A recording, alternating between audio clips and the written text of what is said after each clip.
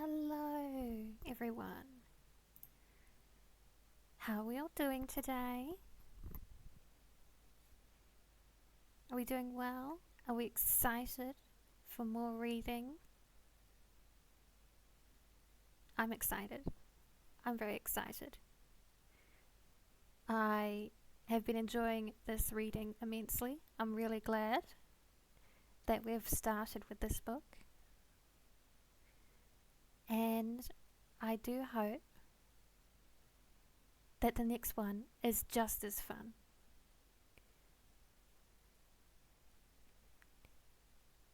So, we're going to wait a couple of minutes to let a few more people in. I hope you're all doing well. You're having low stress days. Hi Wolfie. Hope you're doing well.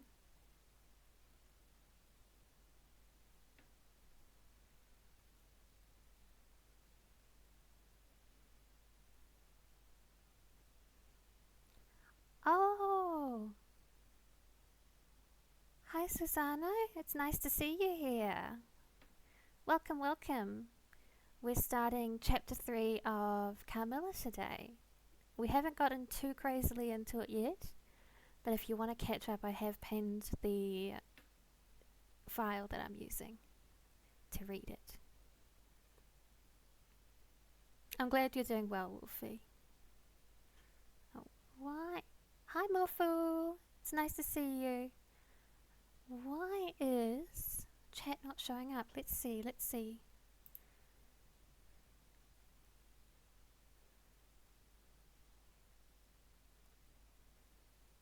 Interesting.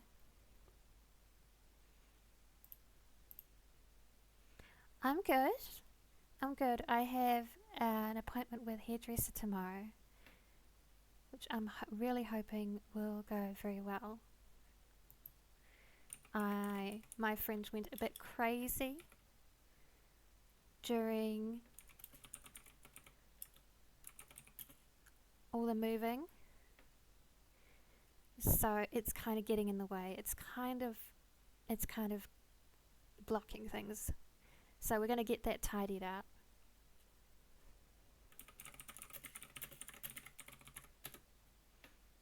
And we'll finally have something livable to wear.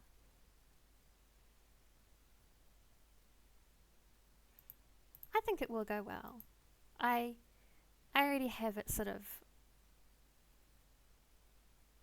well, I already have the shape of it, so it's not like they're going to be struggling.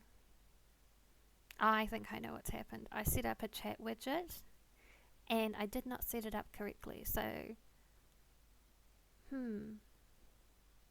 that is very me. That is very, very me.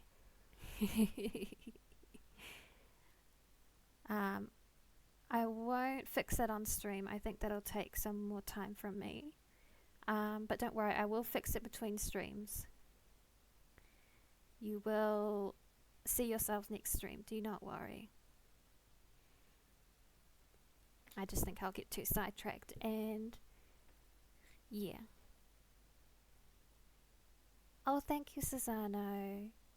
Yes, the last chapters are already up on the on the YouTube channel, the VODs. They're up there. So do not worry, you can catch up right that way. It's my very first stream. It's very exciting. You take care, Susano. You take care, Sebi, rather. Take care and have a very good day. I hope you have some good eating. Well, shall we get started?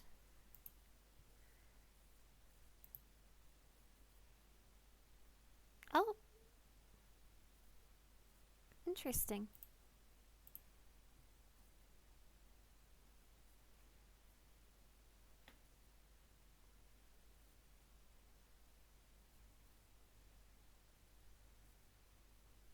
It seems that the widget is sort of working on the reading screen. But we'll have to see. if it keeps that joy going.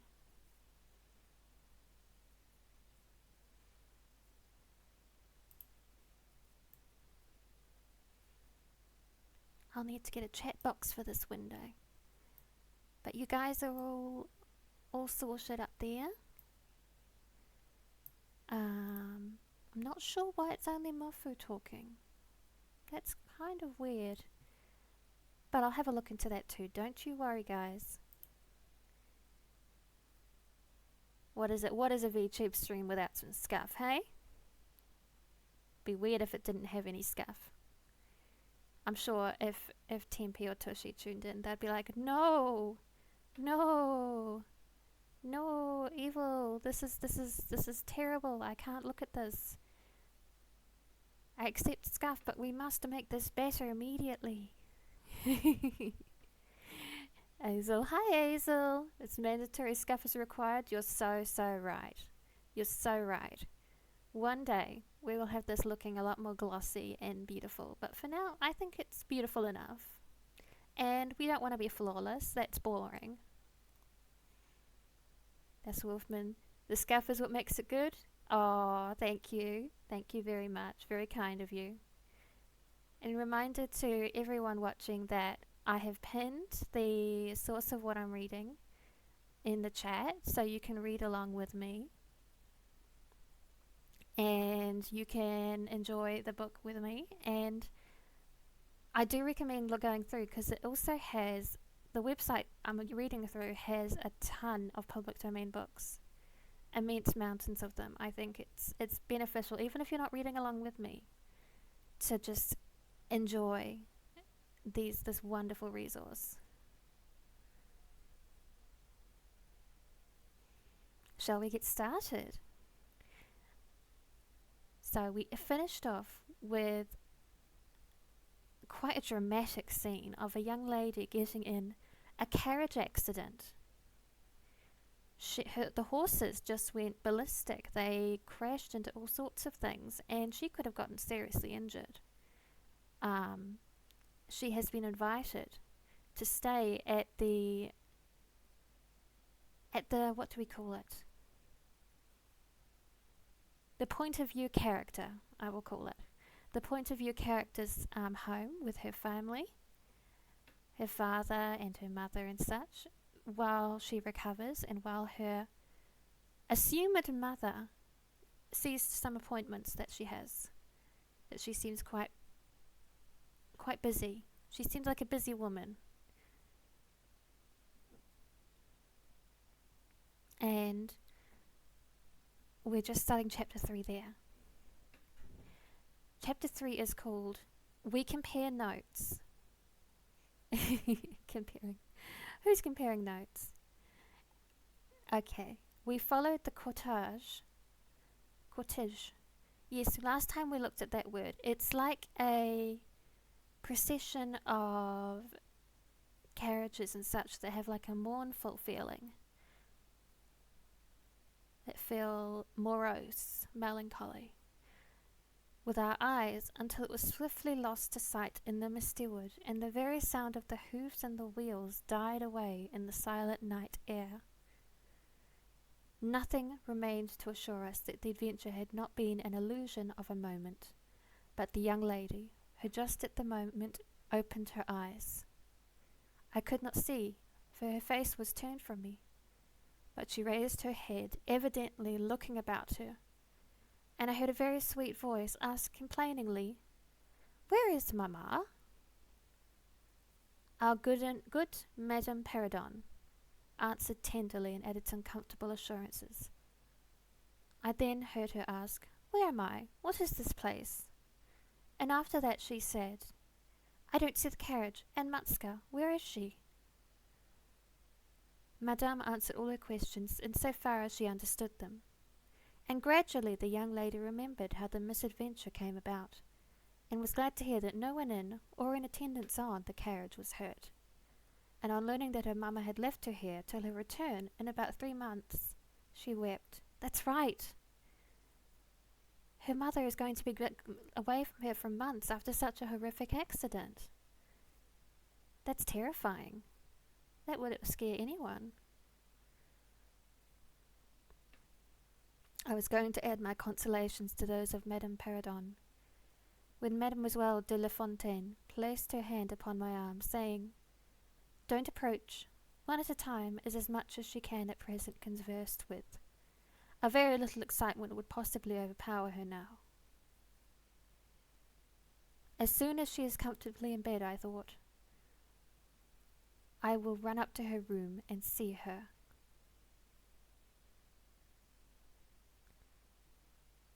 My father, in the meantime, had sent a servant on horseback for the physician, who lived about 2 leagues away, and a bedroom was being prepared for the young lady's reception. The stranger now rose, and leaning on Madame's arm, walked slowly over the drawbridge and into the castle gate. Oh, they didn't say Schoss. Oh, so what a pity. The Schoss counter hasn't started yet, but maybe it will at some point. In the hall, servants waited to receive her, and she was conducted forthwith to her room. The room we usually sat in, as our drawing-room, is long, having 4 windows that looked over the moat and drawbridge, upon the forest scene I have just described. It is furnished in old carved oak with large carved cabinets, and the chairs are cushioned with crimson Utrecht velvet. What does that mean? Utrecht. Is that a region? Let's look into that.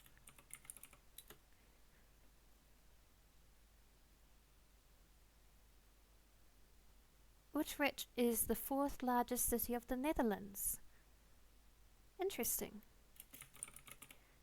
Why is the velvet so specifically good? Why was that meant to be represented? I'm curious. Utrecht velvet.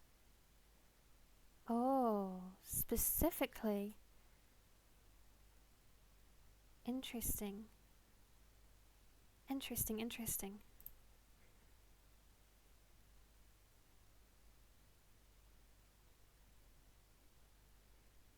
They were a centre of stamped velvet production.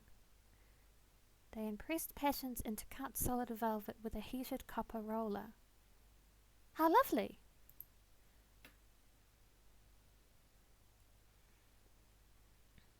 Where was I? The walls are covered with tapestry and surrounded with great gold frames, the figures being as large as life in ancient and very curious costume, and the subjects represented are hunting, hawking, and generally festive. It is not too stately to be extremely uncomfortable, and here we had our tea, for with his usual patriotic leanings he insisted that the national beverage should make its appearance regularly with our coffee and chocolate. Oh my goodness, chocolate and coffee! They must have wealth. That's impressive. We sat here this night, and with candles lighted, were talking over the adventure of the evening. Madame Perrodon and Mademoiselle de La Fontaine were both of our party. The young stranger had hardly lain down in her bed when she sank into a deep sleep, and those ladies had left her in the care of a servant. "How do you like our guest?" I asked as soon as Madame entered. "Tell me all about her."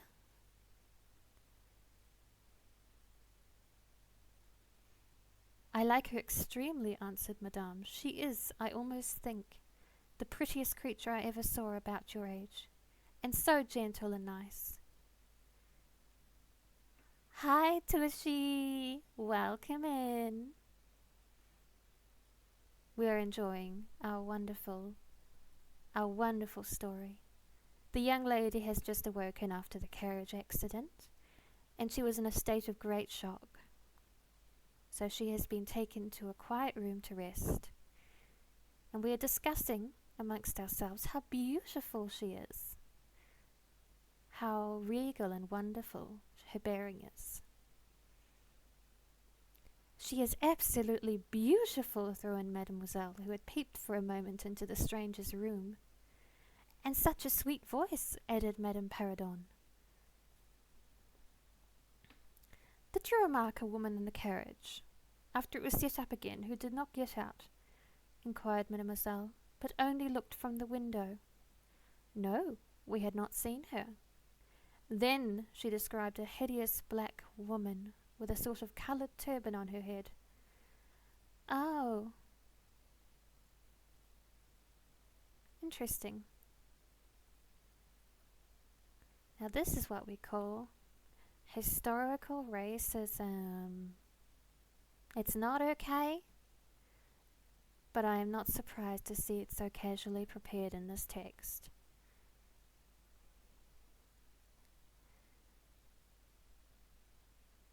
Was yeah, I'm not surprised, unfortunately.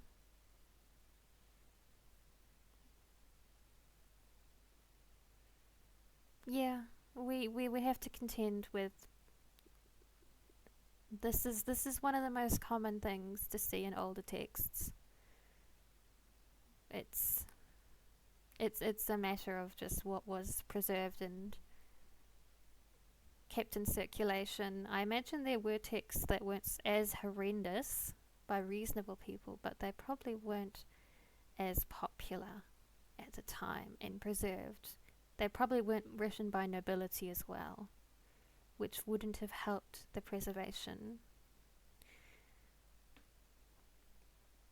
And who was gazing all the time from the carriage window, nodding and grinning derisively towards the ladies with gleaming eyes and large white eyeballs, and her teeth set as if in fury. Did you remark what an ill-looking pack of men the servants were?" asked Madame. "Yes," said my father, who had just come in. "Ugly hang-dog-looking fellows as ever I beheld in my life. I hope they mayn't rob the poor lady in the forest. They are clever rogues, however, they got everything to rights in a minute." "I dare say they are worn out with too long travelling," said Madame. "Besides looking wicked, their faces were so strangely lean and dark and sullen. I am very curious, I own, but I dare say the lady will tell you all about it tomorrow, if she is sufficiently recovered." "I don't think she will," said my father, with a mysterious smile, and a little nod of his head, as if he knew more about it than he cared to tell us. This made us all the more inquisitive as to what had passed between him and the lady in the black velvet in the brief but earnest interview that had immediately preceded her departure. We were scarcely alone when I entreated him to tell me. He did not need much pressing. "There is no particular reason why I should not tell you. She expressed a reluctance to trouble us with the care of her daughter, saying she was in delicate health and nervous, but not subject to any kind of seizure. She volunteered that, not to any illusion, being, in fact, perfectly sane." "How very odd to say that," I interpolated. "It was so unnecessary." "At all events, it was said," he laughed, "and as you wish to know all that passed, which was indeed very little, I tell you. She then said, 'I am making a long journey of vital importance.' She emphasized the word, rapid and secret. 'I shall return for my child in 3 months. In the meantime, she will be silent as to who we are, whence we come, and whither we are travelling.' That is all she said. She spoke very pure French. When she said the word secret, she paused for a few seconds, looking sternly, her eyes fixed on mine. I fancy she makes a great point of that. You saw how quickly she was gone. I hope I have not done a very foolish thing in taking charge of the young lady." For my part, I was delighted. I was longing to see and talk to her, and only waiting till the doctor should give me leave. You who live in towns can have no idea how great an event the introduction of a new friend is, in such a solitude as surrounded us. The doctor did not arrive till nearly 1 o'clock, but I could no more have gone to my bed and slept than I could have overtaken on foot the carriage in which the princess in black velvet had driven away. When the physician came down to the drawing-room, it was to report very favourably upon his patient. She was now sitting up, her pulse quite regular, apparently perfectly well. She had sustained no injury, and the little shock to her nerves had passed away quite harmlessly. There could be no harm certainly in my seeing her if we both wished it, and with this permission I sent forthwith to know whether she would allow me to visit her for a few minutes in her room. The servant returned immediately to availing myself, immediately to say that she designed nothing more. You may be sure I was not long in availing myself of this permission. Our visitor lay in one of the handsomest rooms in the Schloss. Yes, Schloss counter has started. We have won with one Schloss. It was perhaps a little stately. There was a sombre piece of tapestry opposite the foot of the bed, representing Cleopatra with the asps to her bosom, and other solemn classic scenes were displayed, a little faded, upon the other walls. But there was gold carving and rich and varied colour enough in the other decorations of the room to more than redeem the gloom of the old tapestry. There were candles at the bedside. She was sitting up, her slender pretty figure enveloped in the soft silk dressing gown, embroidered with flowers and lined with thick quilted silk, which her mother had thrown over her feet as she lay upon the ground. Yes, Wolf, Schloss has arrived. We have a Schloss on the counter. It's the best word of the whole story.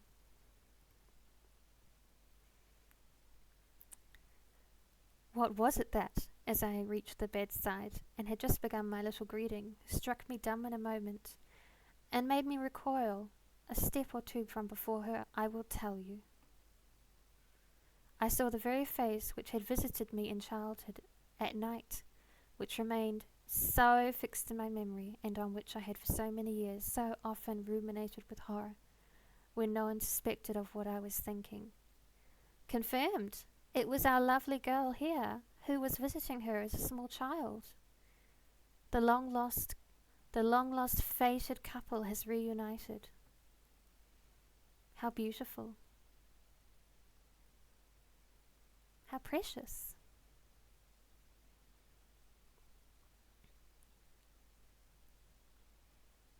It was pretty, even beautiful, and when I first beheld it, wore the same melancholy expression. But this almost instantly lighted into a strange fixed smile of recognition. There was a silence of fully a minute, and then at length she spoke. I could not. How wonderful! She exclaimed. 12 years ago I saw your face in a dream, and it has haunted me ever since. Wonderful indeed, I repeated, overcoming with an effort the horror that had for a time suspended my utterances. 12 years ago, in vision or reality, I certainly saw you. I could not forget your face. It has remained before my eyes ever since. Her smile had softened.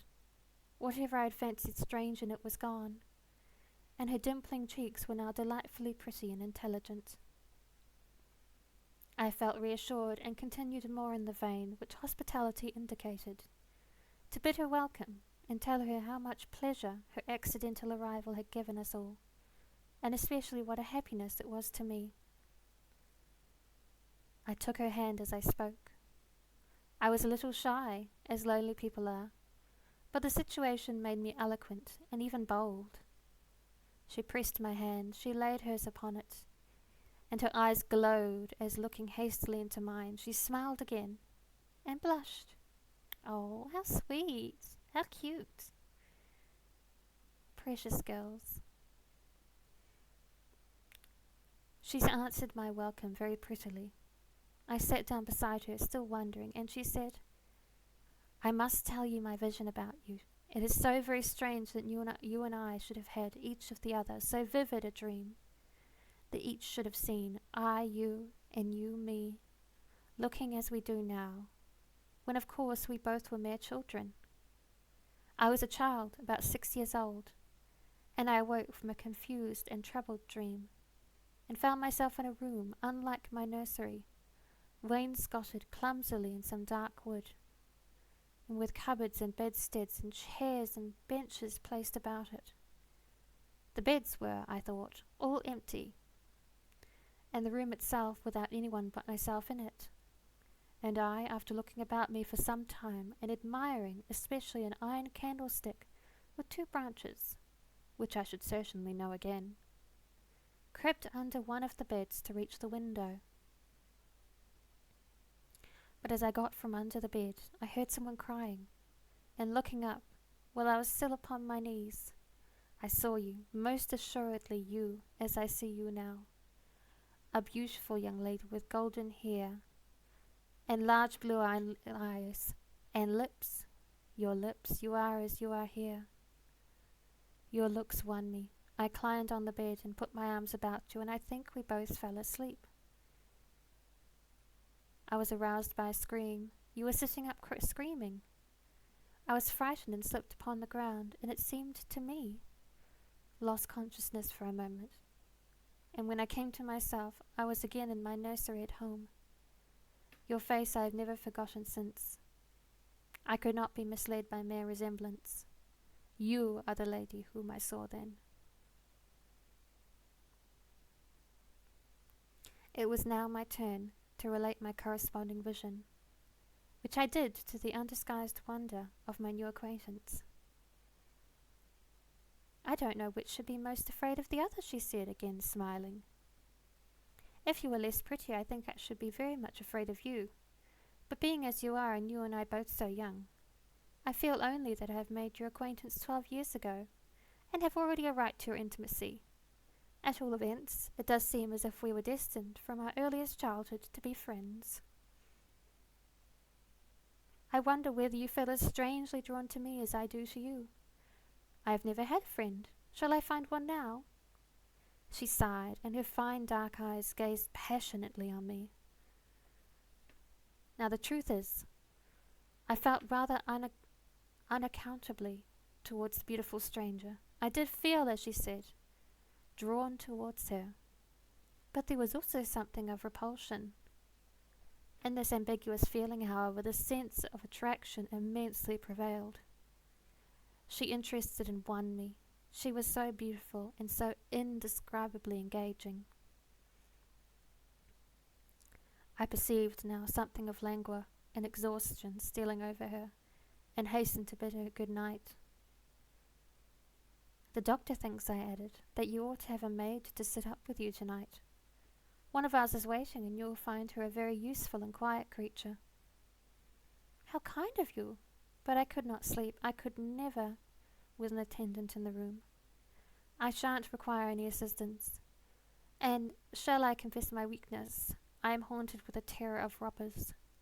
Our house was robbed once, and 2 servants murdered, so I always lock my door. It has become a habit. And you look so kind, I know you will forgive me. I see there is a key in the lock.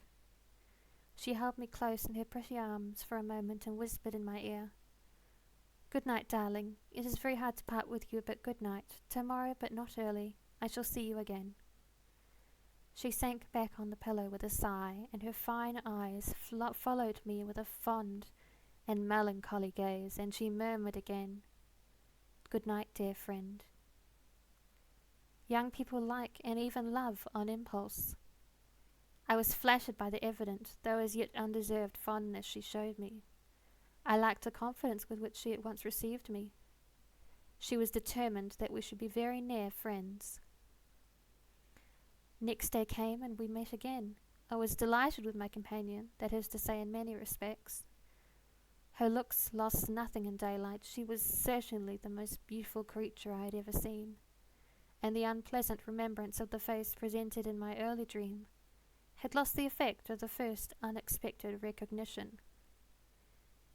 She confessed that she had experienced a similar shock on seeing me, and precisely the same faint antipathy that had mingled with my admiration of her. We now laughed together over our momentary horrors. And that's chapter 3. That was a very saucy chapter. There was a great deal of tension I felt in that chapter, as if the girls wished to reach out for each other at every moment. It was so beautiful. So powerful. I felt it greatly. Yes, I said saucy, Tushy. I feel like I have to use old-fashioned words to describe this because it's an old-fashioned book. It just feels right, you know? But oh, the tension, the instant connection, it was electric. I feel a bit ashamed to be seeing such an intimate moment between two young girls. Yes, Wolfie, historians will say they were friends. Very close friends, yes, yes. Yes, yes. Incredibly good friends. Historians will talk about their friendship in great terms.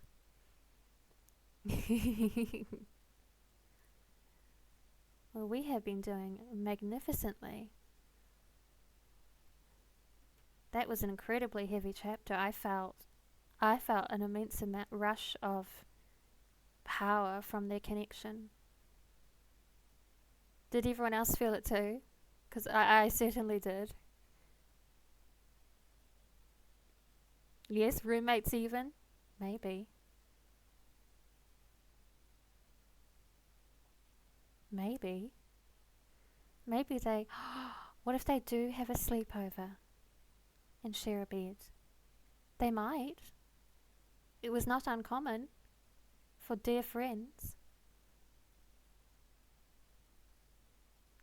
Yeah, me too, Tushy. I felt incredibly strong emotion from that chapter. It was beautiful. Tushy, you may have came in late, but you didn't really miss much. You really didn't miss much. I had just started, really.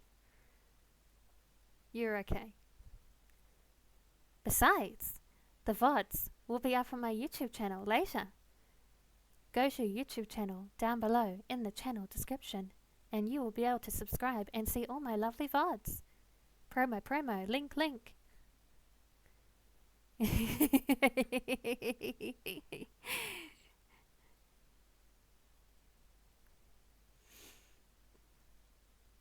Shall we get started on chapter 4? I think I will get started on chapter 4.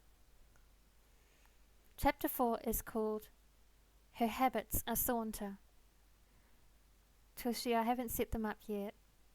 I've been having a lot of scuff today. What I might actually do is I might jump in a voice chat and actually get some one-on-one work setting a few things up.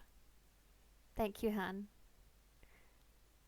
Because I think if I do some one-on-one work with people, setting it all up in one go, I think that would be nice. Just so we don't have to go back and forth on fixing things in little bits and pieces. I think that would be ideal for me too. Azel, one day I will conquer it. I am you little bastard. See, I've done something. Look, stream elements. I did something. Look. I should set the timer to smaller. I should make the timer smaller. But I did it. Look. I can do it. I can do tech things. I'm a genius. I can figure things out eventually. Yeah, I will need to make those timers shorter for sure. That was a bit big of a gap. A bit too big of a gap. But we win this time. We have a success. It works. Once I figure out what commands I want to set up, I will do that too. I'm very pleased that has worked. Shall we continue our wonderful gothic romance? I think we should. I'm very excited to see how these lovely ladies get closer. I told you that I was charmed with her in most particulars. There were some that did not please me so well. Well, I mean, that makes sense. You can't find your love is not going to be perfect. let's be real, there are going to be things that you struggle with. A perfect person does not exist. We must be happy with the flaws as well. The flaws are part of the magic. She was above the middle height of women. I shall begin by describing her. She was slender and wonderfully graceful, except that her movements were languid, very languid indeed. There was nothing in her appearance to indicate an invalid. Her complexion was rich and brilliant, her features were small and beautifully formed, her eyes large, dark and lustrous. Her hair was quite wonderful. I never saw hair so magnificently thick and long when it was down about her shoulders. I have often placed my hands under it and laughed with wonder at its weight. It was exquisitely fine and soft, and in colour a rich, very dark brown, with something of gold. Oh, how beautiful!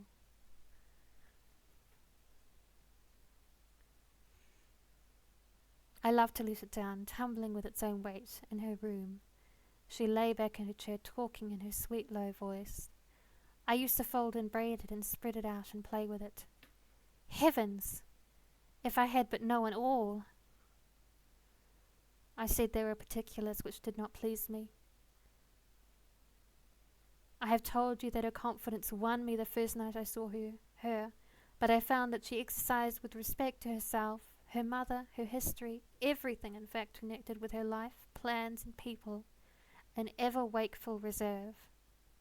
I dare say I was unreasonable. Perhaps I was wrong. I dare say I ought to have respected the solemn injunction laid upon my father by the stately lady in black velvet. But curiosity is a restless and unscrupulous passion, and no one girl can endure with patience that hers should be baffled by another. I find it's healthy to be curious about a beautiful person that you want to become closer to. She just wants to become more knowledgeable about this wonderful girl she wants to become close with and share her life with, possibly. It's normal, it's healthy. What harm could it do anyone to tell me what I so ardently desired to know? Had she no trust in my good sense or honour? Why would she not believe me when I assured her so solemnly that I would not divulge one syllable of what she told me to any mortal breathing? There was a coldness, it seemed to me, beyond her years, and her smiling, melancholy, persistent refusal to afford me the least ray of light. I cannot say we quarrelled upon this point, for she would not quarrel upon any. It was, of course, very unfair of me to press her, very ill-bred, but I really could not help it, and I might just as well have left it alone. What she did tell me amounted, in my unconscionable estimation, to nothing. It was all summed up in 3 very vague disclosures. First, her name was Carmilla. Second, her family was very ancient and noble. Third, her home lay in the direction of the west. She would not tell me the name of her family, nor their armorial bearings, nor the name of their estate, nor even that of the country they lived in. You are not to suppose that I worried her incessantly on these subjects. I watched opportunity and rather insinuated than urged my inquiries. Once or twice, indeed, I did attack her more directly, but no matter what my tactics, utter failure was invariably the result. Reproaches and caresses were all lost upon her, but I must add this, that her evasion was conducted with so pretty a melancholy and deprecation, with so many, and even passionate declarations of her liking for me and trust in my honour, and with so many promises that I should last know all, that I could not find it in my heart long to be offended with her. I wonder what Carmilla is thinking. Is she planning to live with this young girl for her mortal life and then try to move on? Or is she planning to slowly but surely bring her into the fold? A curious question. I don't know if it's ever answered. It probably isn't. Carmilla is a very mysterious woman. She used to place Her pretty arms about my neck draw me to her, and laying her cheek to mine, murmur with her lips near my ear, "Dearest, your little heart is wounded. Think me not cruel because I obey the irresistible law of my strength and weakness. If your dear heart is wounded, my wild heart bleeds with yours. In the rapture of my enormous humiliation I live in your warm life, and you shall die. Die, sweetly die into mine. I cannot help it as I draw near to you. You in your turn will draw near to others, and learn the rapture of that cruelty which yet is love. So for a while seek to know no more of me and mine, but trust me with all your loving spirit." Oh, I think Carmilla is trying her desperately to be happy with the time that she is being given.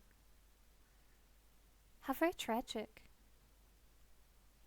Maybe she is not allowed to turn this wonderful young girl. Maybe she sees in this girl that she would not be happy as a vampire, and she does not want to bring this unhappiness to her love. An excellent tragedy. Truly despairing.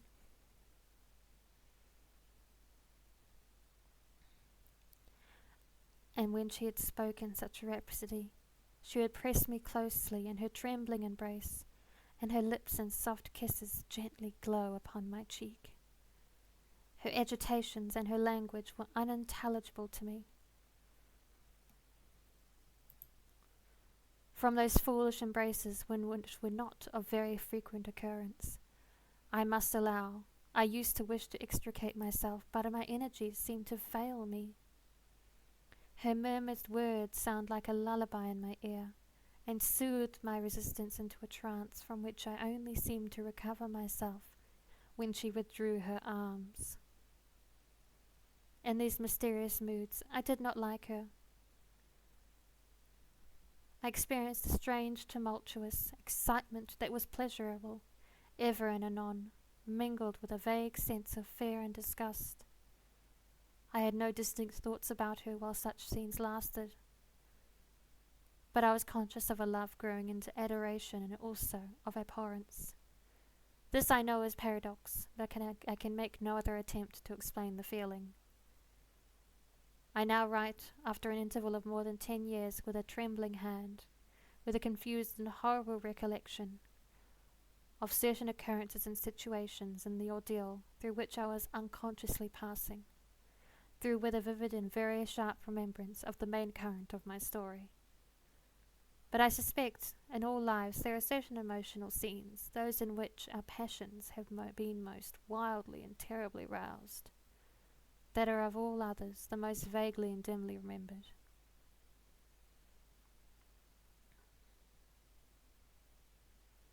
Sometimes, after an hour of apathy, my strange and beautiful companion would take my hand and hold it with a fond pressure, renewed again and again, blushing softly, gazing in my face with languid and burning eyes, and breathing so fast that her dress rose and fell with a tumultuous respiration.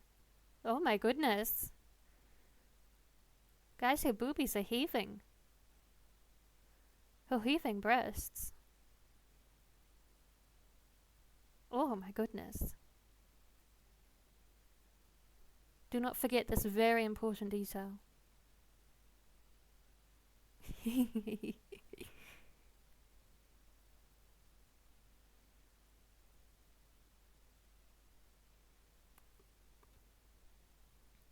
It was like the ardour of a lover. It embarrassed me. It was hateful and yet overpowering. And with gloating eyes she drew me to her, and her hot lips travelled along my cheek in kisses, and she would whisper, almost in sobs, "You are mine. You shall be mine. You and I are one forever." Then she had thrown herself back in her chair with her small hands over her eyes, leaving me trembling.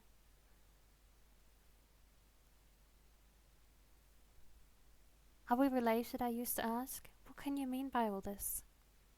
I remind you, perhaps, of someone whom you love, but you must not. I hate it. I don't know you. I don't know myself when you look so and talk so." She used to sigh at my vehemence, then turn away and drop my hand. This is a very dramatic love story. Nothing's happened and they're already having issues. This is how you know they're teenagers. This is very teenage coded. I know because I was once a teenager. This is how it works. You get very intense about things. I once got very intense, but I kept it to myself. Because the person I was intense about was a friend. So that would be odd, especially because she had a boyfriend. So we just were quietly intense in our own little skull. You know how it is. The emotions are so large they sometimes are hard to tell what they are.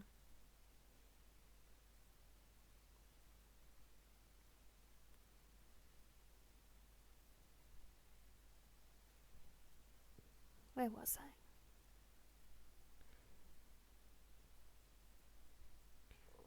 Respecting these very extraordinary manifestations, I strove in vain to form any satisfactory theory.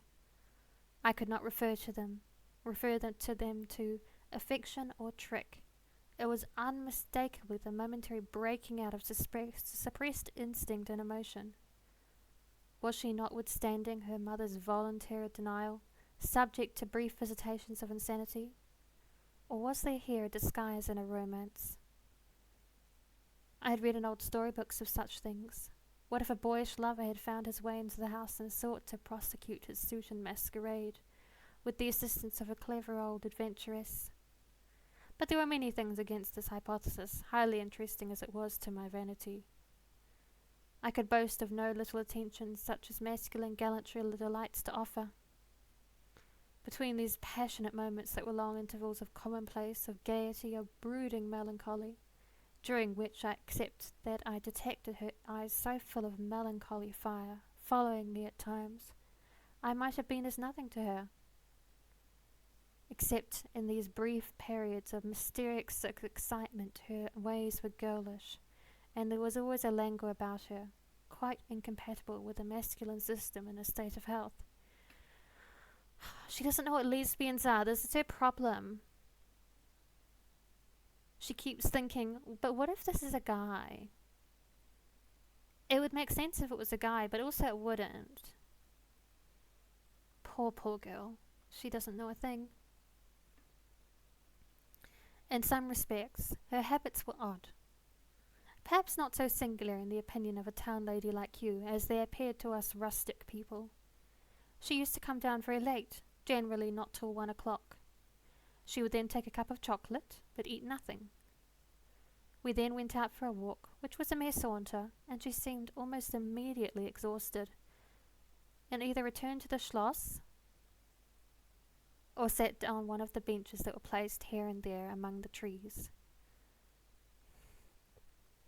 This was a bodily languor in which her mind did not sympathize. She was always an animated talker and very intelligent. She sometimes alluded for a moment to her own home, or mentioned an adventure or a situation, or an early recollection which indicated a people of strange manners and described customs of which we knew nothing. I gathered from these chance hints that her native country was much more remote than I had first fancied.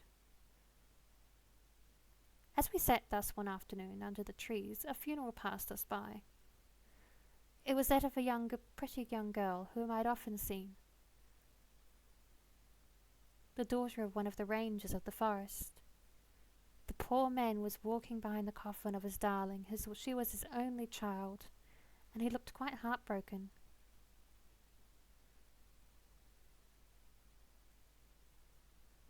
Peasants walking two and two came behind. They were singing a funeral hymn. I rose to mark my respect as they sat past, and joined in the hymn they were very sweetly singing. My companion shook me a little roughly, and I turned surprised. She said brusquely, "Don't you perceive how discordant that is?" "I think it very sweet, on the contrary," I answered, vexed at the interruption, and very uncomfortable, lest the people who composed the little procession should observe and resent what was passing. I resumed, therefore, instantly, and was again interrupted. "You pierce my ears," said Carmilla, almost angrily, and stopping her ears with her tiny fingers.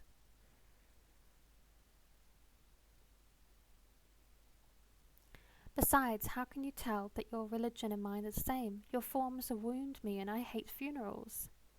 What a fuss. Why you must die. Everyone must die, and all are happier when they do. Come home. My father has gone on with the clergyman to the churchyard. I thought you knew she was to be buried today. She? I don't trouble my head about peasants. I don't know who she is, answered Carmilla with a flash from her fine eyes. She is the poor girl who fancied she saw a ghost a fortnight ago and has been dying ever since, till yesterday when she expired. Tell me nothing about ghosts. I shan't sleep if you do. I hope there is no plague or fever coming. All this looks very like it, I continued. The swineherd's young wife died only a week ago, and she thought something seized her by the throat as she lay in her bed and nearly strangled her. Papa says such horrible fancies do accompany some forms of fever. She was quite well the day before. She sank afterwards and died before a week. Well, her funeral is over, I hope, and her hymn sung, and our ears shan't be tortured with that discord and jargon. It has made me nervous. Sit down here beside me. Sit close. Hold my hand. Press it hard, hard, harder. She's jealous.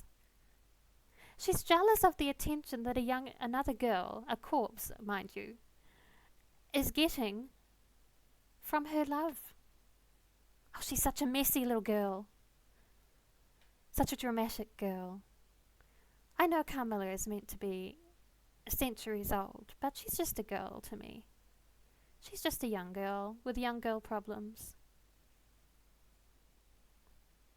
Her jealousy is amusing. Welcome, Slacko. Thank you for showing up. It was lovely of you to do so. If you want to catch up on past VODs, I do have a YouTube channel. Hint, hint, nudge, nudge. So you do not need to worry about catching all my streams. You simply need to get in there.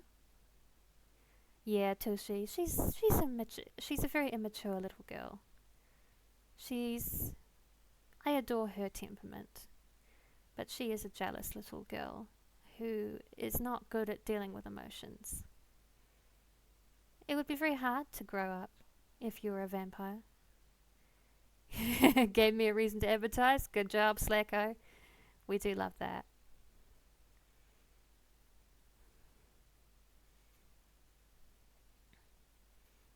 We had moved a little back and had come to another seat. She sat down. Her face underwent a change that alarmed and even terrified me for a moment. It's not shilling if there's a segue. You're right, you're right. As long as you set it up well enough, it's A-okay. It darkened and became horribly livid. Her teeth and hands were clenched, and she frowned and compressed her lips, while she stared down upon the ground at her feet and trembled all over with a continued shudder, as impressible as ague. Oh, I think the religious hymns might be hurting her.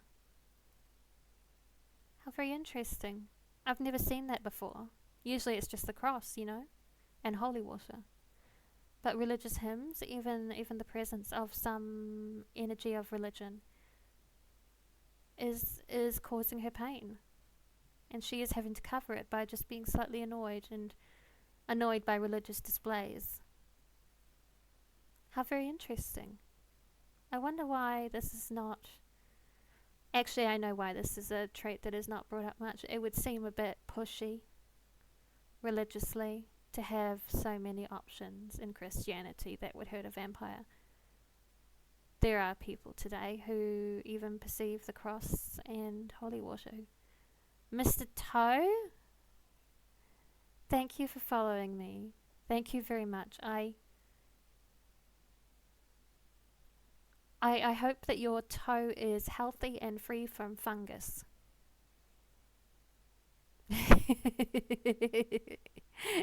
I hope it's free from fungus and very healthy. Good job, Mr. Toe. Thank you for joining us.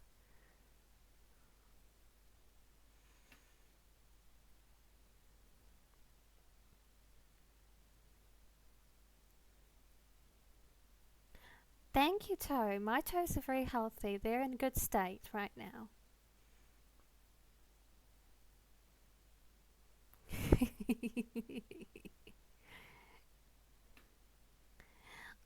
All her energies seemed strained to suppress a fit, with which she was then breathlessly tugging, and at length a long convulsive cry of suffering broke from her. Thank you, Slacko, little messy man. And thank you for joining us, Mr. Toe.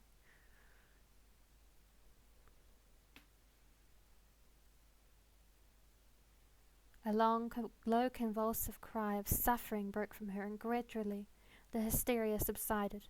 There! That comes of strangling people with hymns, she said at last. Hold me still, it is passing away. Of course, you love the comfy places. Toes should be comfy. Toes should be comfy. They should be very comfy. It's good for them. And so gradually it did, and perhaps to dissipate the sombre impression of which the spectacle had left upon me, she became unusually animated and chatty, and so we got home. This was the first time I had seen her exhibit any definable symptoms of that delicacy of health which her mother had spoken of. It was the first time also I had seen her exhibit anything like temper. Both passed away like a summer cloud, and never but once afterwards did I witness on her part a momentary sign of anger. I will tell you how it happened.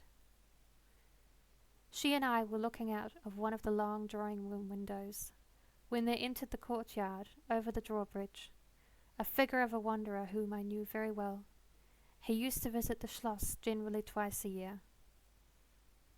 It was the figure of a hunchback, with the sharp, lean features that generally accompanied deformity. He wore a pointed black beard, and he was smiling from ear to ear, showing his white fangs. He was dressed in buff, black, and scarlet, and crossed with more straps and belts than I could count, from which hung all manner of things. Behind he carried a magic lantern and 2 boxes which I well knew, in one of which was a salamander, in another a mandrake. These monsters used to make my father laugh. They were compounded of parts of monkeys, parrots, squirrels, fish, and hedgehogs, dried and stitched together with great neatness and startling effect. He had a fiddle, a box of conjuring apparatus, a pair of foils and masks attached to his belt, several other mysterious cases dangling about him, and a black staff with copper ferulis in his hand. And his companion was a rough spare dog that followed at his heels, but stopped short suspiciously at the drawbridge, and in a little while began to howl dismally. A funny jester man has arrived. How lovely! And he's got a dog too. This is kind of a jester to me. This is a type of jester. He is entertainment. He is coming here to entertain the lord of the house. He is very much a jester in my book.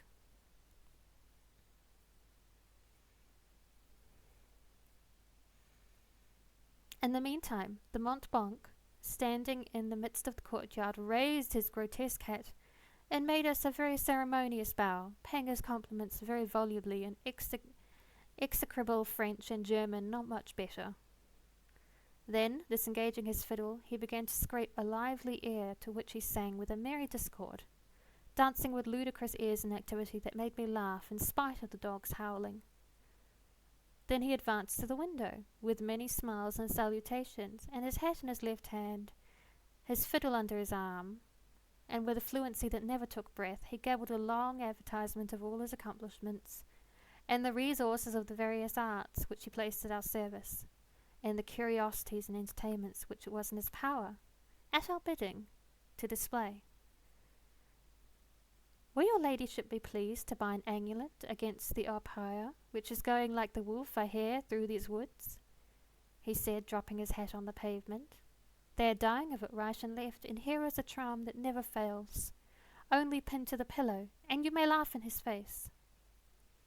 These charms consisted of oblong slips of vellum, with cabalistic ciphers and diagrams upon them. Carmilla instantly purchased one, and so did I. He was looking up, and we were smiling down upon him. Amused, at least, I can answer for myself. His piercing black eye, as he looked up in our faces, seemed to detect something that fixed for a moment his curiosity. In an instant, he unrolled a leather case, full of all manner of odd little steel instruments. "See here, my lady," he said, displaying it and addressing me. "I profess among other things less useful, the art of dentistry." "Plague take the dog," he interpolated. "Silence, beast! He howls so that your ladyships can scarcely hear a word. Your noble friend, the young lady at your right, has the sharpest tooth. Long, thin, pointed, like an oil, like a needle. Ha ha! With my sharp and long sight as I look up, I have seen it distinctly. Now if it happens to hurt the young lady, and I think it might, here I am, here are my file, my punch, my nippers. I will make it round and blunt if her ladyship pleases. No longer the tooth of a fish, but of a beautiful young lady as she is." "Eh? Is the young lady displeased? Have I been too bold? Have I offended her?" The young lady indeed looked very angry as she drew back from the window. "How dares that mountebank insult us so? Where is your father? I shall demand redress from him. My father would have had the wretch tied up to the pump and flogged with a cart whip, and burnt to the bones with a cattle brand." She retired from the window a step or two and sat down, and had hardly lost sight of the offender when her wrath subsided as suddenly as it had risen. And she gradually recovered from her usual tone, and seemed to forget the little hunchback and his follies. My father was out of spirits that evening. On coming in, he told us that there had been another case very similar to the two other fatal ones which had lately occurred. The sister of a young peasant on his estate, only a mile away, was very ill, had been, as she described it, attacked very nearly in the same way, and was now slowly but steadily sinking. All this, said my father, is strictly referable to natural causes. These poor people infect one another with their superstitions, and so repeat in imagination the images of terror that have infested their neighbours. "But that very circumstance frightens one horribly," said Carmilla. "How so?" inquired my father. "I am so afraid of fancying I see such things, I think it would be as bad as reality." "We are in God's hands. Nothing can happen without his permission, and all will end well for those who love him. He is our faithful Creator. He has made us all, and will take care of us." "Creator! Nature!" said the young lady in answer to my gentle father. "And this disease that invades the country is natural. Nature! All things proceed from nature, don't they? All the things in the heaven and the earth and under the earth act and live as nature ordains. I think so."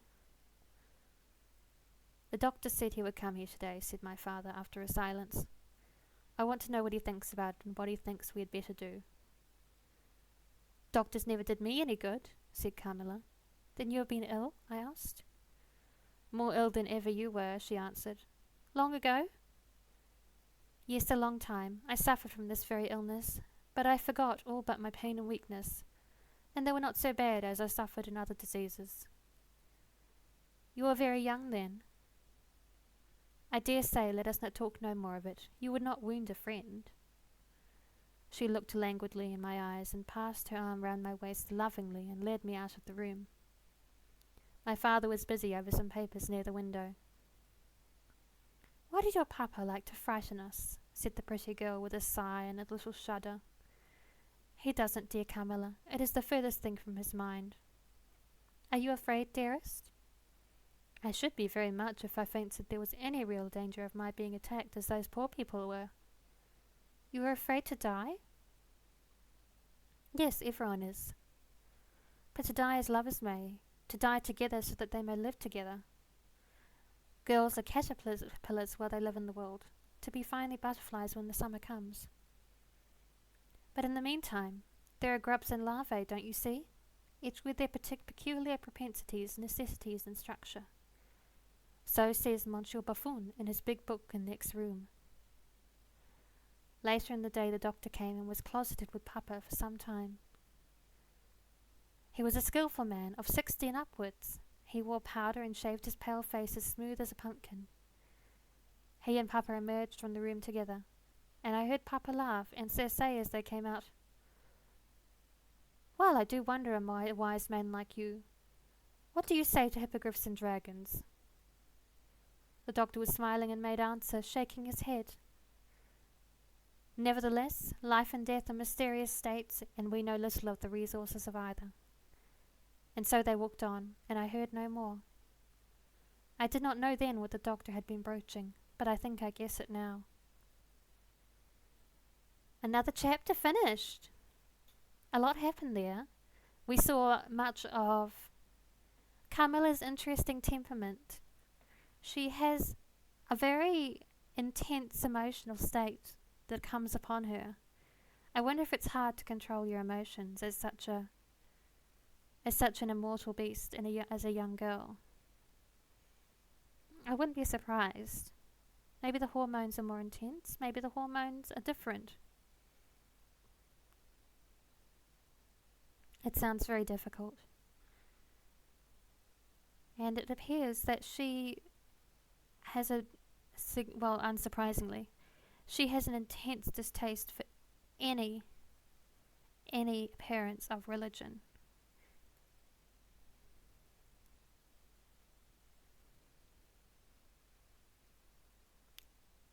Which I'm not surprised by, but also not just the religion, but she just she dislikes the idea that God will protect all, as she said with nature, and the disease being natural.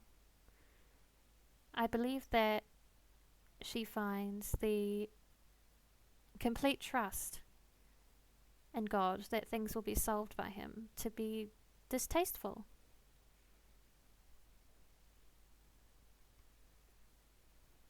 I can understand that. We're only... oh goodness, we're barely any time in at all. Let's keep going.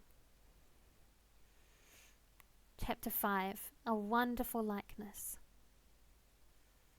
This evening there arrived from Graz the grave, dark-faced son of the pitcher cleaner, with a horse and cart laden with 2 large packing cases, having many pitchers in each. It was a journey of 10 leagues, and whenever a messenger arrived at the Schloss from our little capital of Graz, we used to crowd about him in the hall to hear the news. This arrival created in our secluded quarters quite a sensation. The cases remained in the hall, and the messenger was taken charge of by the servants till he had eaten his supper.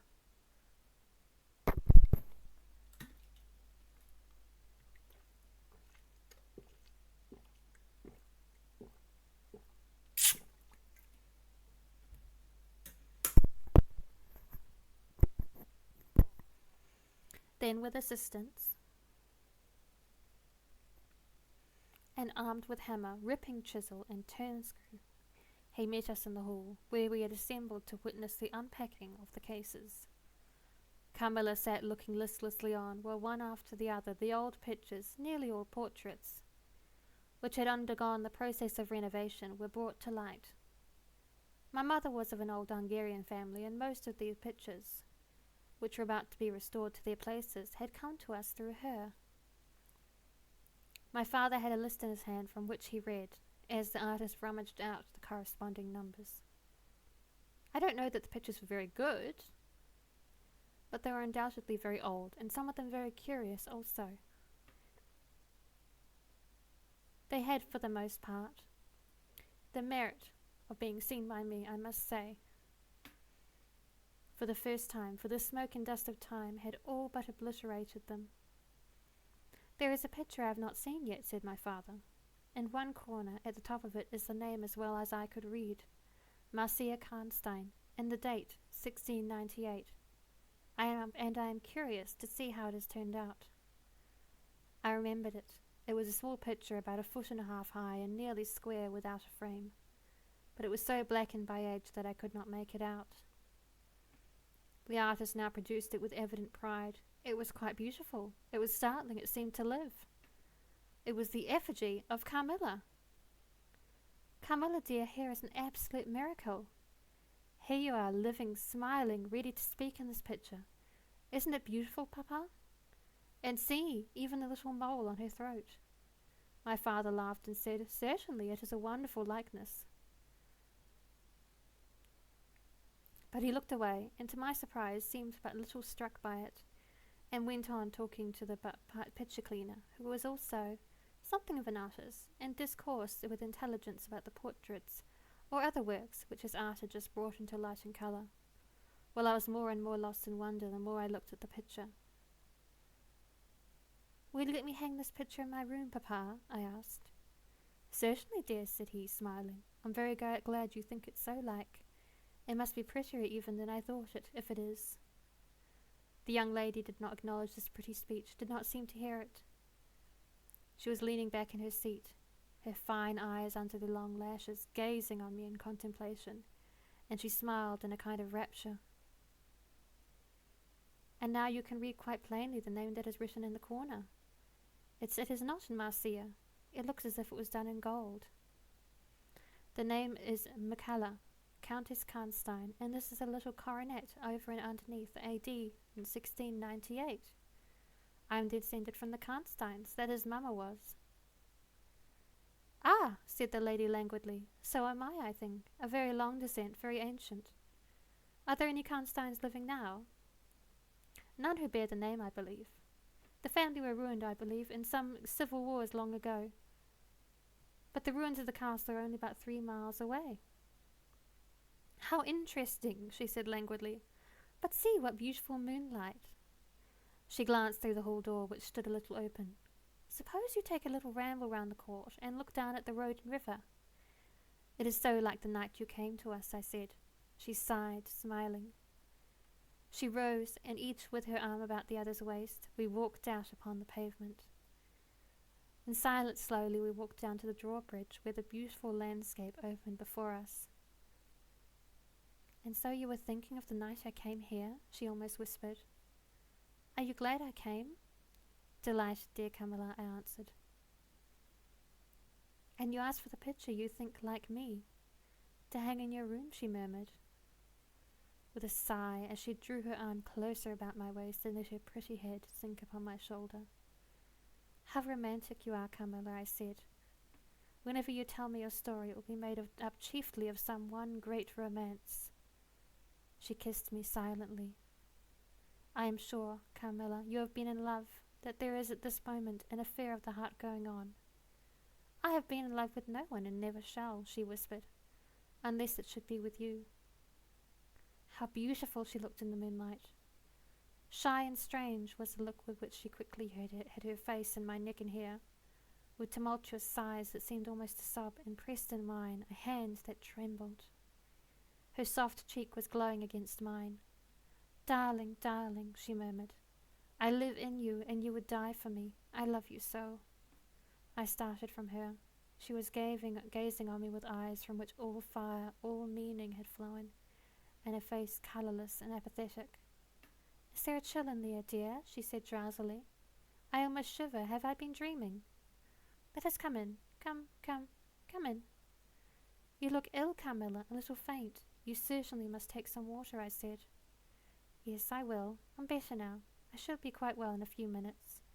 "Yes, do give me a little wine," answered Carmilla as we approached the door. "Let us look again for a moment. It is the last time perhaps I shall see in the moonlight with you." "How do you feel now, dear Carmilla? Are you really better?" I asked. I was beginning to take alarm, lest she should have been stricken with the same epidemic that they said had invaded the country about us. "Papa would be grieved beyond measure," I added, "if you thought you were ever so little ill without immediately letting us know. We have a very skilful doctor near us, the physician who was with Papa today." "I'm sure he is. I know how kind you all are, but dear child, I am quite well again. There is nothing ever wrong with me but a little weakness. People say I am languid. I am incapable of exertion. I can scarcely walk as far as a child of 3 years old, and every now and then the little strength I have falters, and I become as you have just seen me. But after all, I am very easily set up again in a moment. I am perfectly myself.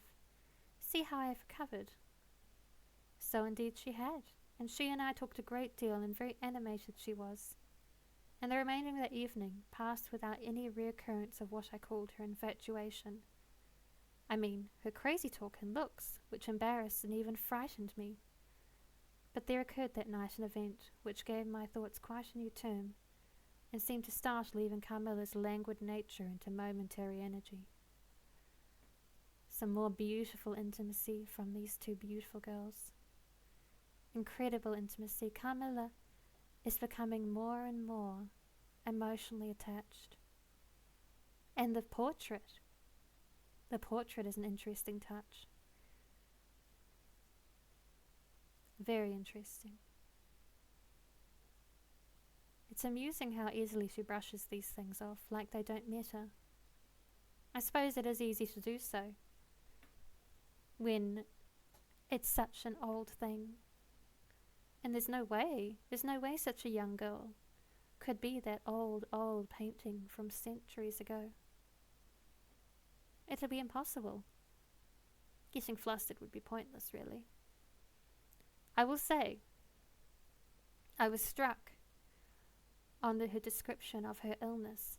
Well, I suspect she is not partaking of her lifeblood as often as she should, and this is the source of her illness, but the way she describes it, it's familiar to me.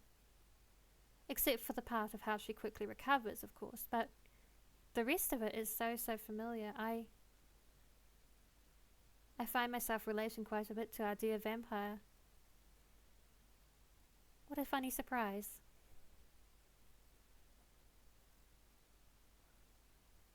Oh, welcome in, Captain Noki VT. Thank you for joining us. It's a pleasure to have you here. We've just finished another chapter, and we're about to start chapter 6. They're using Roman numerals, so I'm not super strong on that knowledge front, but I believe this is chapter 6.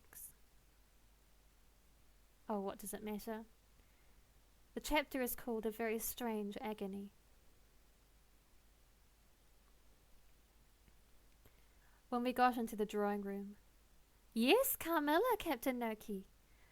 I adore the Gothics. The atmosphere is so beautiful.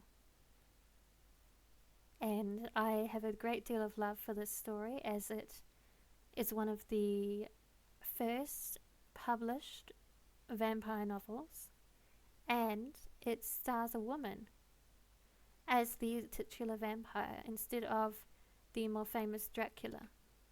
It's interesting how I wonder if there's the reason that she hasn't outlived our dear Dracula is because it isn't as dramatic a story in a action sense. They aren't running around and fighting him or anything.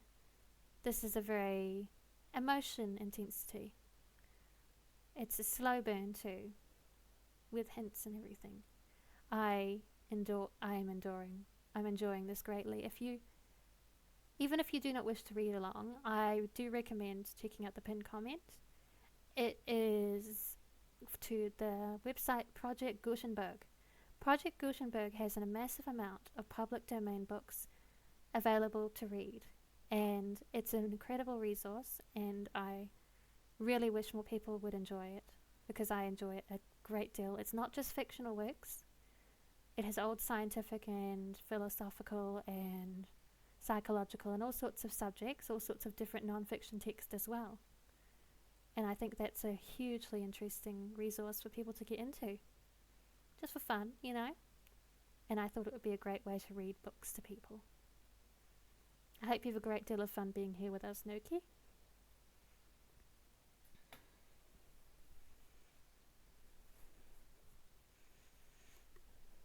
Oh, you could check it out. I hope you enjoyed it a lot and find some fun reads on there. I enjoyed it a lot. When we got into the drawing room and had sat down to our coffee and chocolate, although Carmilla did not take any, she seemed quite herself again, and Madame and Mademoiselle de la Fontaine joined us and made a little card party, in the course of which Papa came in for what he called his dish of tea. When the game was over, he sat down beside Carmilla on the sofa and asked her, a little anxiously, whether she had heard from her mother since her arrival. She answered no. He then asked whether she knew where a letter would reach her at present. I cannot tell, she answered ambiguously. But I have been thinking of leaving you. You have already been too hospitable and too kind to me. I have given you an infinity of trouble, and I should wish to take a carriage tomorrow and post in pursuit of her. I know where I shall ultimately find her, although I dare not tell you. But you must not dream of any such thing, exclaimed my father, to my great relief. We can't afford to lose you so, and I won't consent to your leaving us, except under the care of your mother, who was so good as to consent to your remaining with us, till she should herself return. I should be quite happy if I knew that you heard from her. But this evening the accounts of the progress of the mysterious disease that has invaded our neighbourhood grow even more alarming, and my beautiful guest, I do feel the responsibility, unaided by advice from your mother, very much. Apologies if you hear the cat right now. She is a talker. She loves talking. She's trying to get my attention.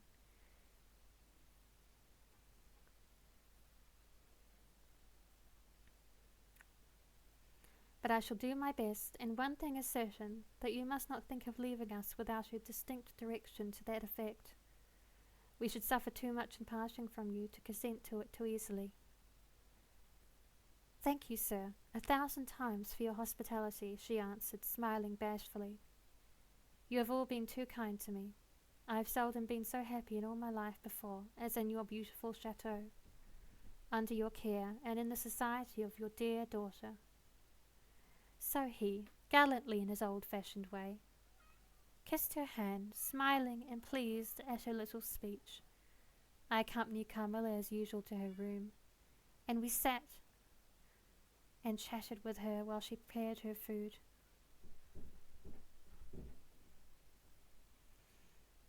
While she was preparing for bed. Do you think, I said at length, that you will ever confide fully in me? She turned round smiling, but made no answer, and continued to smile on me.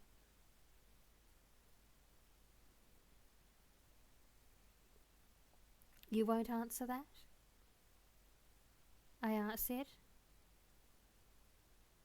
You can't answer pleasantly. I ought to not have asked you. You are right to ask me that or anything. You do not know how dear you are to me, or you could not think any confidence too great to look for. But I am under vows, no none half so awfully, and I dare not tell my story yet, even to you. Oh! She's scared. She's scared. She has been warned to not reveal her identity, and she's scared of what may come to pass if she does.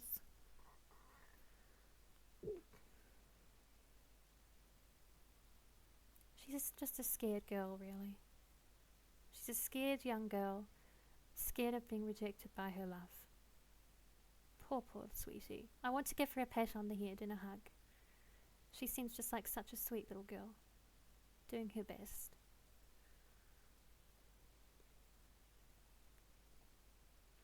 That time is very near, when you shall know everything. You will think me cruel, very selfish, but love is always selfish. The more ardent, the more selfish. How jealous I am, you cannot know.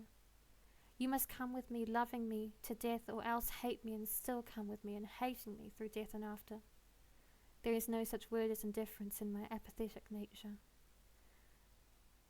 Now, Carmilla, you are going to talk your wild nonsense again, I said hastily.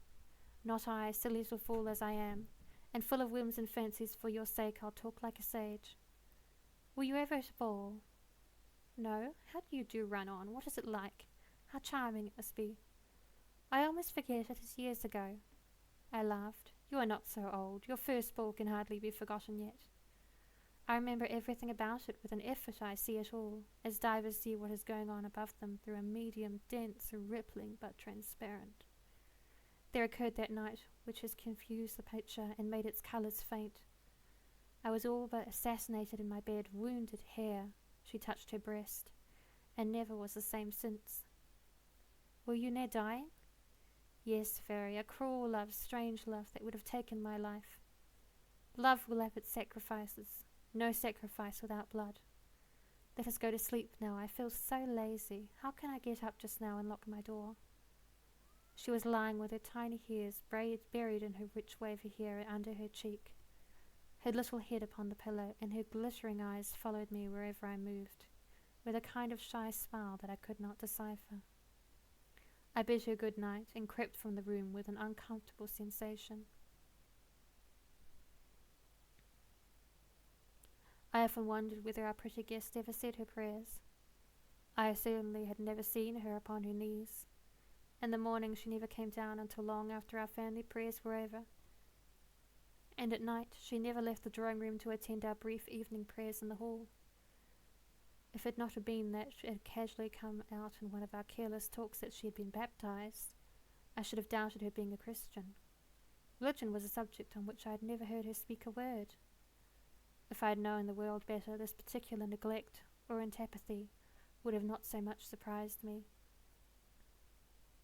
The precautions of nervous people are infectious, and persons of a like temperament are pretty sure, after a time, to imitate them. I had adopted Carmilla's habit of locking her bedroom door, having taken into my head all her whimsical alarms about midnight invaders and prowling assassins. I had also adopted her precaution of making a brief search through her room to satisfy herself that no lurking assassin or robber was ensconced. These wise measures taken, I got into my bed and fell asleep. A light was burning in my room. This was an old habit of early date, in which nothing could have tempted me to dispense with. Thus fortified, I might take my rest in peace. But dreams come through stone walls, light up dark rooms or darken light ones, and their persons make their exits and their entrances as they please, and laugh at locksmiths. I had a dream that night that was the beginning of a very strange agony. I cannot call it a nightmare, for I was quite conscious of being asleep. But I was equally conscious of being in my room and lying in bed precisely as I actually was. I saw, or fancied I saw, the room and its furniture, just as I had seen it last, except it was very dark, and I saw something moving round the foot of the bed, which at first I could not accurately distinguish. Hazel? Gonna hop off and get food and do other stuff. Okay, you have a nice meal and look after yourself. It was nice having you here. Thank you. Thank you for popping in, love.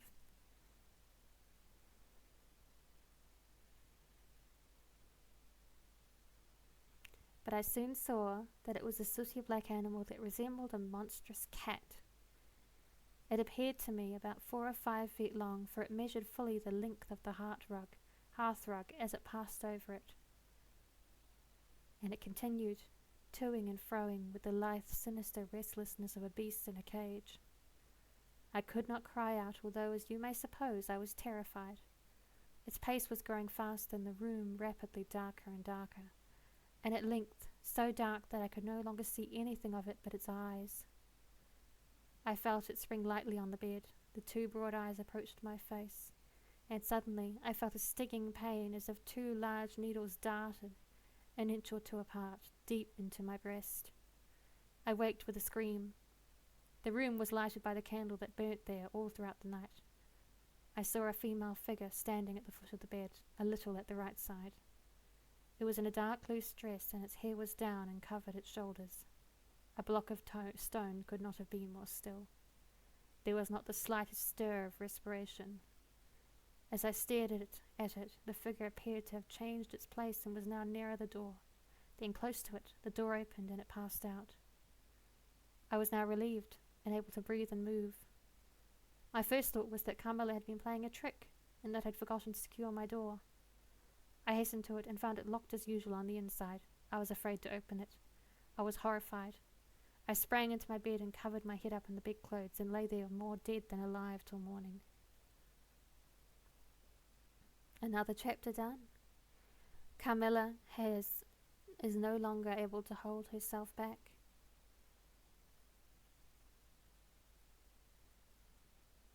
She could not hold herself back any longer. I wonder if there are no more women left in the village, or that would not make sense. It cannot be so small. Although it might be that small. But she has not attacked the mademoiselle or the madame. It's very odd. It is, Wolfie, it's getting spicy. I wonder if this is part of her courtship. I do believe this is part of her courtship. Her very odd, very weird courtship, of course.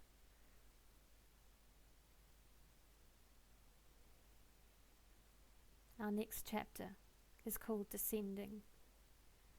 It would be vain my attempting to tell you the horror with which even now I recall the occurrence of that night. It was no such transitory terror as a dream leaves behind it.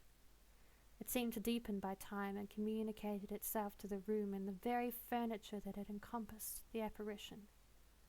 I could not bear next day to be alone for a moment. I should have told Papa, but for two opposite reasons. At one time I thought he would laugh at my story, and I could not bear its being treated as a jest. And at another thought I thought he might fancy that I had been attacked by the mysterious complaint which had invaded our neighbourhood. I had myself no misgiving of the kind, and as he had been rather an invalid of some time, I was afraid of alarming him. I think this will be our last chapter for the day. I have other things to do, but I'm okay with that. We've read quite a fair amount. Let's continue on. I was comfortable enough with my good-natured companions, Madame Perrodon and vivacious Mademoiselle La Fontaine. They both perceived that I was out of spirits and nervous, and at length I told them what lay so heavy at my heart. Mademoiselle laughed, but I fancied that Madame Perrodon looked anxious. By the by, said Mademoiselle, laughing, the long lime tree walk behind Carmilla's bedroom window is haunted. Nonsense, exclaimed Madame, who probably thought the theme rather inopportune. And who tells that story, my dear? Martin says that he came up twice when the old gate was being repaired before sunrise, and twice saw the same female figure walking down the lime tree avenue. So he well might, as long as there are cows to milk in the river fields, said Madame. I dare say, but Martin chooses to be frightened, and never did I see fool more frightened. You must not say a word about it to Carmilla, because she can see down that walk from her room window, I interposed, and she is, if possible, a greater coward than I. Carmilla came down rather late than usual that day. I was so frightened last night, she said, so soon as we were together, and I am sure I should have seen something dreadful if it not have been for that charm I brought from that poor little hunchback whom I called such hard names. I had a dream of something black coming around my bed, and I awoke in a perfect horror, and I really thought for some seconds I saw a dark figure near the chimney-piece. But I felt under my pillow for my charm, and the moment my fingers touched it, the figure disappeared, and I felt quite certain only that I had it by me, that something frightful would have made its appearance, and perhaps throttled me as it did those poor people we heard of. Well, listen to me, I began, and recounted my adventure, at the recital of which she appeared horrified. And had you the charm near you? She asked earnestly. No, I had dropped it into a china vase in the drawing-room, but I shall certainly take it with me tonight, as you have so much faith in it. At the distance of time I cannot tell you, or even understand how I overcame my horror so effectually as to lie alone in my room that night. I remember distinctly that I pinned the charm to my pillow. I fell asleep almost immediately and slept even more soundly than usual all night. Next night I passed as well. My sleep was delightfully deep and dreamless, but I wakened with a sense of lassitude and melancholy, which however did not exceed a degree that was almost luxurious. Well, I told you so, said Carmilla, when I described my quiet sleep. I had such delightful sleep myself last night. I pinned the charm to the breast of my nightdress. It was too far away the night before. I am quite sure it was all fancy except the dreams. I used to think that evil spirits made dreams, but our doctor told me it is no such thing. Only a fever passing by, or some other melody, as they often do, he said. knocks at the door and not being able to get in, passes on with that alarm. "What do you think the charm is?" said I. "It has been fumigated or immersed in some drug and is an antidote against the malaria," she answered. "Then it acts only in the body?" "Certainly. You don't suppose the evil spirits are frightened by bits of ribbons or the perfumes of a druggist's shop?" "No, these complaints wandering in the air begin by trying the nerves, and so infect the brain, but before they can seize upon you, the antidote repels them. That, I am sure, is what the charm has done for us. It is nothing magical, it is simply natural." I should have been happier if I could have quite agreed with Carmilla, but I did my best, and the impression was a little losing its force. For some nights I slept profoundly, but still every morning I felt the same lassitude, and a languor weighed upon me all day. I felt myself a changed girl. A strange melancholy was stealing over me, a melancholy that I would not have interrupted. Dim thoughts of death began to open, and an idea that I was slowly sinking took gentle, and somehow not unwelcome, possession of me. If it was sad, the tone of mind which this induced was also sweet. Whatever it might be, my soul acquiesced in it. I would not admit that I was ill. I would not consent to tell my papa, or to have the doctor sent for. Carmilla became more devoted to me than ever, and her strange paroxysms of languid adoration more frequent. She used to gloat on me with increasing ardour, the more my strength and spirits waned. This always shocked me, like a momentary glimmer of insanity. Without knowing it, I was now in a pretty advanced state of the strange illness under which mortal ever suffered. There was an unaccountable fascination in its earlier symptoms that more than reconciled me to the incapacitating effect of that state of the malady. This fascination increased for a time, until it reached a certain point, when gradually a sense of the horrible mingled itself with it, deepening, as you shall hear, until it discoloured and perverted the whole state of my life. The first change I experienced was rather agreeable. It was very near the turning point from which began the descent of Avernus.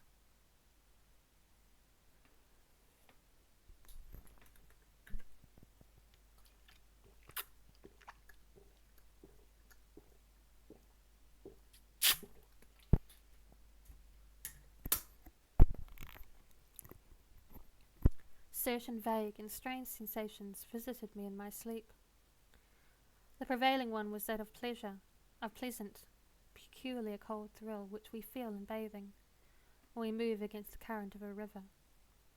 This was soon accompanied by dreams that seemed interminable, and were so vague that I could never recollect their scenery and persons, or any one connected portion of their action. But they left an awful impression, and a sense of exhaustion, as if I had passed through a long period of great mental exertion and danger.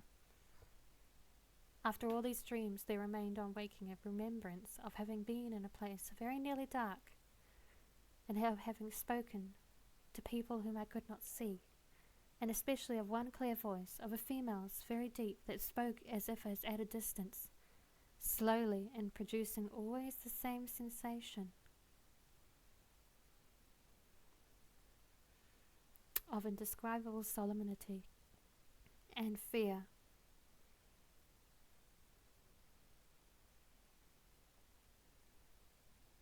Sometimes there came a sensation as if a hand was drawn softly along my cheek and neck. Sometimes it was as if warm lips kissed me, and longer and more lovingly as they reached my throat. But there the caress fixed itself. My heart beat faster, my breathing rose and fell rapidly, and full drawn. A sobbing that rose into a sense of strangulation supervened and turned into a dreadful convulsion, in which my senses left me and I became unconscious. It was now 3 weeks since this commencement of this unaccountable state. My sufferings had, during the week, told upon my parents. I had grown pale, my eyes were dilated and darkened underneath, and the languor which I had long felt began to display itself in my countenance. My father has often asked me whether I was ill, but with an obstinacy which now seems to me unaccountable, I persisted in assuring him that I was quite well. In a sense, this was true. I had no pain. I could complain of no bodily derangement. My complaints seemed to be one of the imagination or the nerves, and horrible as my sufferings were, I kept them with a morbid reserve, very nearly to myself. It could not be that terrible complaint which the peasants called the opire, for I had now been suffering for 3 weeks, and they were seldom ill for much more than 3 days, when death put an end to their miseries. Carmilla complained of dreams and feverish sensations, but by no means of so alarming a kind as mine. I say that mine were extremely alarming. Had I been capable of comprehending my condition, I would have invoked aid and advice on my knees.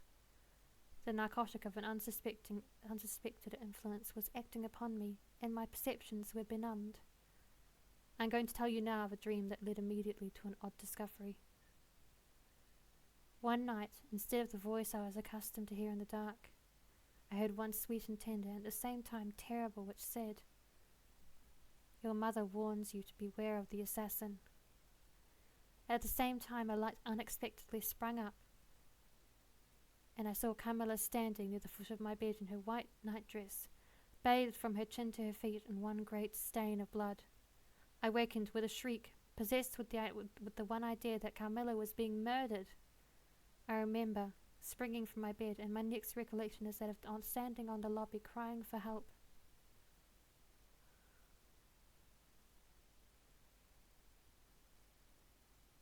Madame and Mademoiselle came scurrying out of their rooms in alarm. A lamp burned always on the lobby, and seeing me they soon learned the cause of my terror. I insisted on our knocking at Carmilla's door. Our knocking went unanswered. It soon became a pounding and an uproar. We shrieked her name, but all was vain. We all grew frightened, for the door was locked. We hurried back in panic to my room. There we rang the bell long and furiously. If my father's room had been at that side of the house, we would have called him up at once to our aid, but alas, he was quite out of hearing, and to reach him involved an excursion for which we none of us had courage. Servants however, soon came running up the stairs. I had got on my dressing gown and slippers meanwhile, and my companions were already similarly furnished. Recognizing the voices of the servants on the lobby, we sallied out together, and having renewed as fruitlessly our summons at Carmilla's door, I ordered the men to force the lock. They did so, and we stood holding our lights aloft in the doorway, and we so stared into the room. We called her by name, but there was still no reply. We looked round the room. Everything was undisturbed. It was exactly in the state in which I had left it on bidding her good night.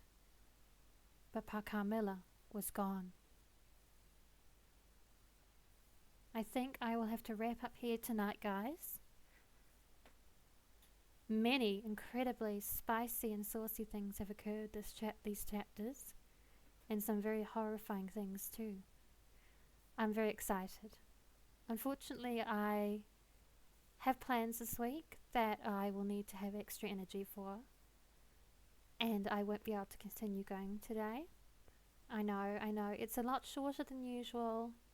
I am disappointed about that, but I do wonder if she got caught, because that was a lot of blood. How? She may have got caught and just fled in a terror. But yes, I have plans this week. Let's just pop over to another screen for a moment. There we go.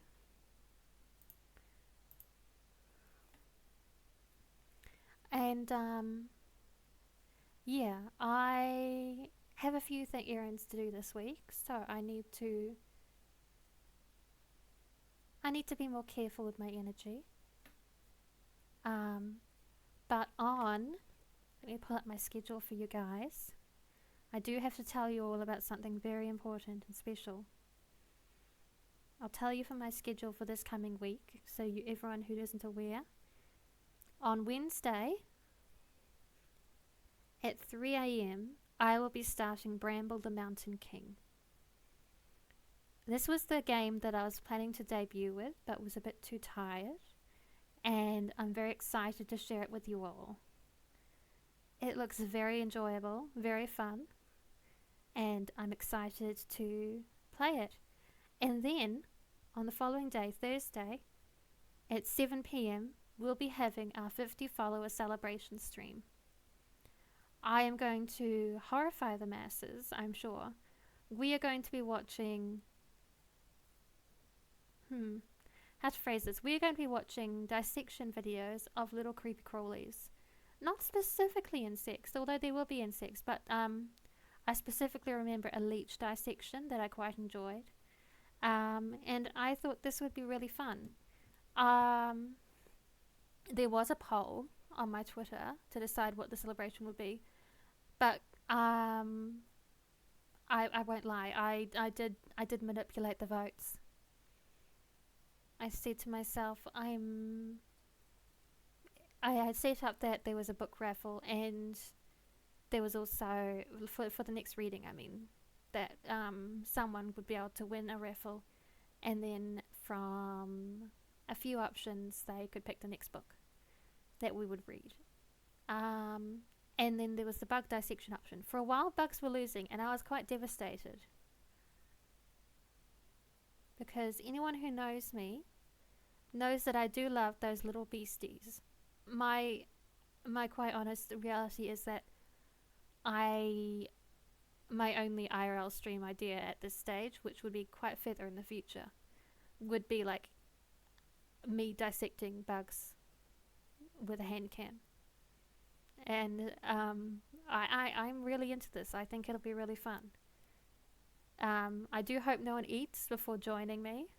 I am concerned about anyone getting sick. I can see that being an issue for some people. But I am excited. I think it'll be really fun. And we are slowly getting through the scuff. We're slowly getting there. We're slowly tackling all the little bits and pieces. I know, I would like to get it sorted quicker, but it's just limited time and limited energy. It's just how it is. But I think we're getting through things at a steady click. One at a time. I think we are getting there. And I think that's really good. I'm very happy about this.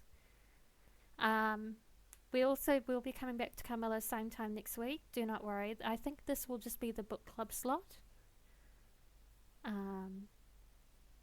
So any reading will likely be this week, unless something really comes up and we need to shift things around. So if you enjoy reading, just pop in same time next week, and I'll be happy to have you here.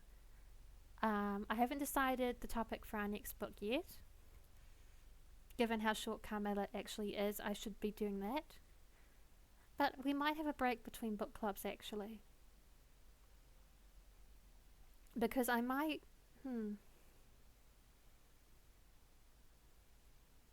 I think I'd like to show off some visual novels that I enjoy as well. And that's...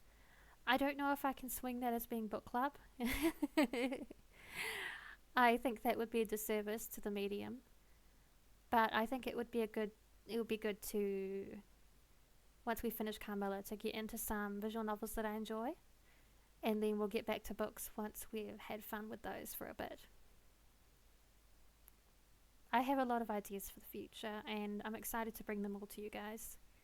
And I want to say again that I am so happy with how many people have been wanting to support me, even though I have only started remarkably recently. It's only been like a week or so. I will never forget how much people have been there for me from this early stage, and it touches my heart greatly. And I think we should do our first raid out. Shall we do our first raid out? Let's do that. We haven't done one before. I think it'll be fun.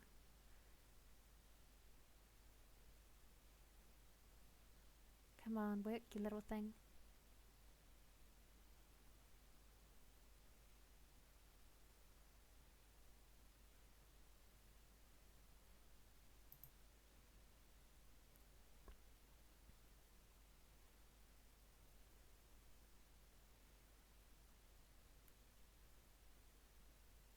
Let's see.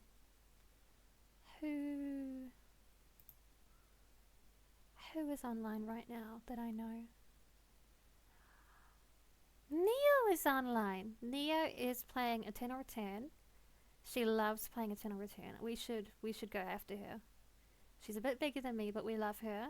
I actually did a spicy piece of artwork with her, a commission not long ago. I think it would be really fun if we just went and hung out with her. What do you say, guys? What do you say? Let's get her. Let's get her. Let's attack her. Yes.